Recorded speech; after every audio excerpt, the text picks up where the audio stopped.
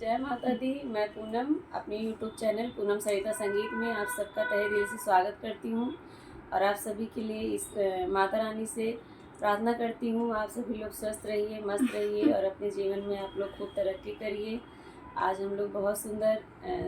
भजन लेके आए हैं, देवी गीत। आप लोग सुनिए, कैसा लगा कमेंट बॉक्स में ज़रूर बताइएगा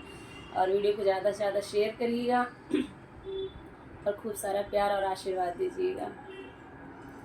धोइला चरनिया मैया दिहलो नाया सिसिया की काऊ लेके ना हे की काऊ लेके ना जाई अपने झोपड़िया है की काऊ लेके ना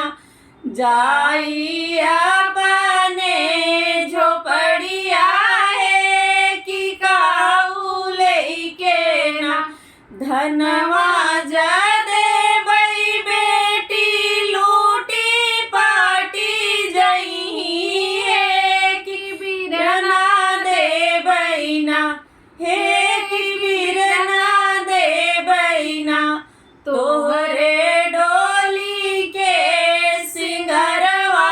हो कि बिरना दे बैना तोहरे डोली के सिंगरवा हो कि बिरना दे बैना धोइला चरनिया मैया दिहलो नाया सिसिया कि काऊ लेके ना हे कि काऊ लेके ना जाई अपने झोपड़िया है कि काऊ लेके ना जाई अपने झोपड़िया है कि काऊ लेके ना महला जदे बई बेटी टूटी फूटी जई है किसे नूरा दे बैना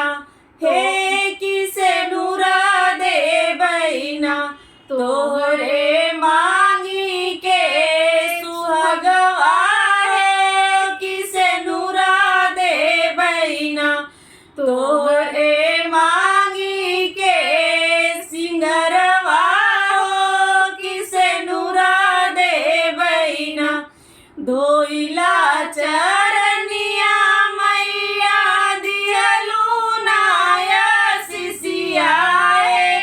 कि काऊ लेके ना हे कि काऊ लेके ना जाई अपने झोपड़िया है कि काऊ लेके ना जाई अपने झोपड़िया है कि काऊ लेके ना सोनवा जदे बई बेटी लूटी पाटी जई है कि ललना दे बैना हे कि ललना दे बैना तोहरे अचरा के सिंगरवा है कि ललना दे बैना तोहरे कुलवा